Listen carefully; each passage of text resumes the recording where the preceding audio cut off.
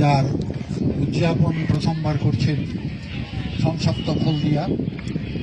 আমার কথা যাদের কান পর্যন্ত পৌঁছাচ্ছে এই যান্ত্রিক কণ্ঠস্বর, সবাইকেই আমার প্রীতি, শুভেচ্ছা, অভিনন্দন এবং নমস্কার। আজকে সংসপ্ত যে নাট্য রসের সৃষ্টি করলেন এতক্ষণ ধরে, সেই রসধারার যে প্রবাহ, যার সঙ্গে হলদি নদী যোগ্য সঙ্গত করে চলেছে আমাদের পাশেই, তার মধ্যে মূর্তিমান রসভঙ্গ আমি বক্তব্য রাখতে আসি, কয়েকটা কথা শুধু সকলের সামনে বলার জন্য। সে কথাগুলি এই যে আজকে হচ্ছে 27শে মার্চ, বিশ্ব নাট্য দিবস উদযাপিত হচ্ছে। আর আমাদের বাংলা নাট্য জগতে এই 27শে সংখ্যাটি খুবই মূল্যবান, কারণ 1795 সালের 27শে নভেম্বর প্রথম বাংলা নাটক মঞ্চে প্রদর্শিত হয়েছিল। করেছিলেন ভিন্ন দেশবাসী, রুশ দেশবাসী এক ভদ্রলোক এরোসিম লেবেডাভ।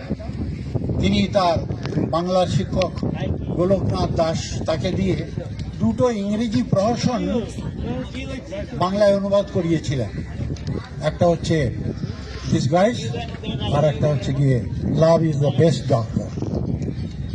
এবং সেটা প্রথম মঞ্চস্থ হয়েছিল বেঙ্গলি থিয়েটার নামে একটা মঞ্চে। সেইটি প্রথম বাংলা নাটকের সৃষ্টি বলে গণ্য করা হয়, অন্তত গবেষকরা তাই বলেন। নাটক অনেক আগে সৃষ্টি হয়েছে। সেই পৌরাণিক যুগের আমরা গল্প জানি যে শিবকে নটনাথ, নটেশ, নটরাজ ইত্যাদি ইত্যাদি নামে অভিহিত করা হয়। তার কারণটা হচ্ছে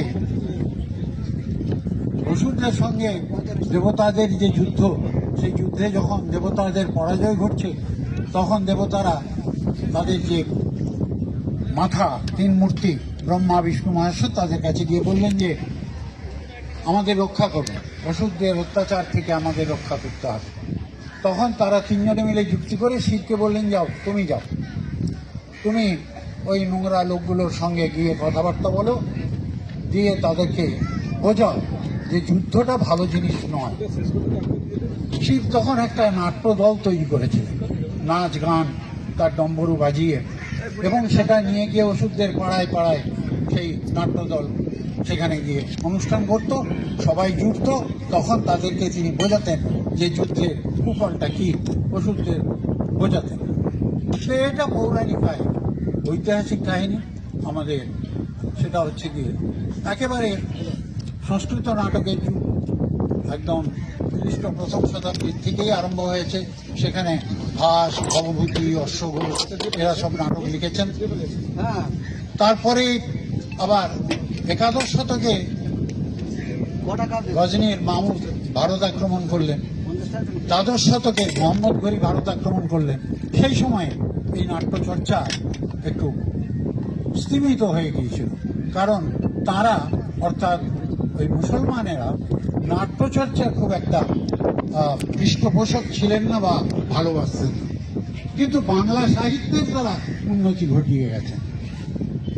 তারপরে আরও পরে 1150-51 এইরকম নাগাদ প্রথম কালীয় দমন নাটক শুরু হয়। লিখেছিলেন শ্রীরাম বলে এক ভদ্রলোক, তার সঙ্গী ছিলেন পরমানন্দ দাস।